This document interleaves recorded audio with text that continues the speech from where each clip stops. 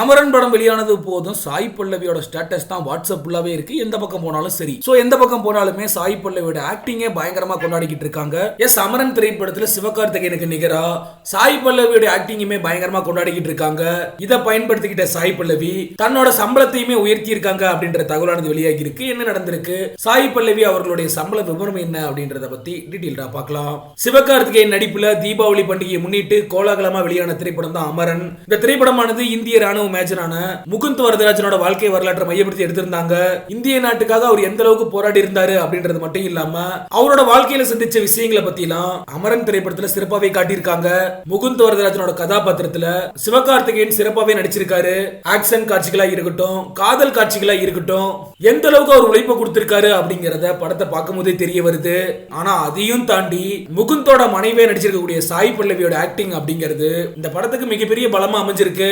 அமரன் திரைப்படத்துல சாய் பல்லவி வரக்கூடிய காட்சிகள் எல்லாமே ரசிகர்களுக்கு மிகப்பெரிய விருந்தா அமைஞ்சிருக்கு. குறிப்பா அந்த படத்துல கடைசி நிமிட காட்சிகள்ல பயங்கரமாவே ஸ்கோர் பண்ணிருக்காங்க அப்படின்னு சொல்லலாம். காதல் காட்சிகளையும் சாய் பல்லவி தூள் கிளப்பி இருக்காங்க.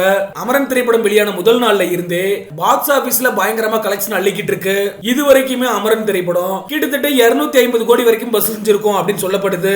இதன் மூலமா தான் சாய் பல்லவியோட மார்க்கெட் அப்படிங்கிறது பயங்கரமா உயர்ந்திருக்கு. இந்த படத்துக்கு நல்ல வரவேற்பு கிடைச்சிருக்கிறதுனால சாய் பல்லவி அவரோட சம்பளத்தையும் உயர்த்தி இருக்காரு அப்படின்ற தகவலானது வெளியாகி இருக்கு.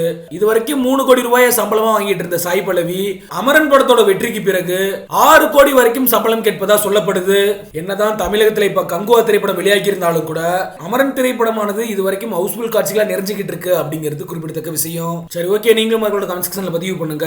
சிவகார்த்திகேயன் நடிப்புல வெளியான அமரன் திரைப்படத்துல சாய் பல்லவியோட ஆக்டிங் எப்படி இருந்துச்சு அப்படின்ற உங்களோட கருத்துக்களை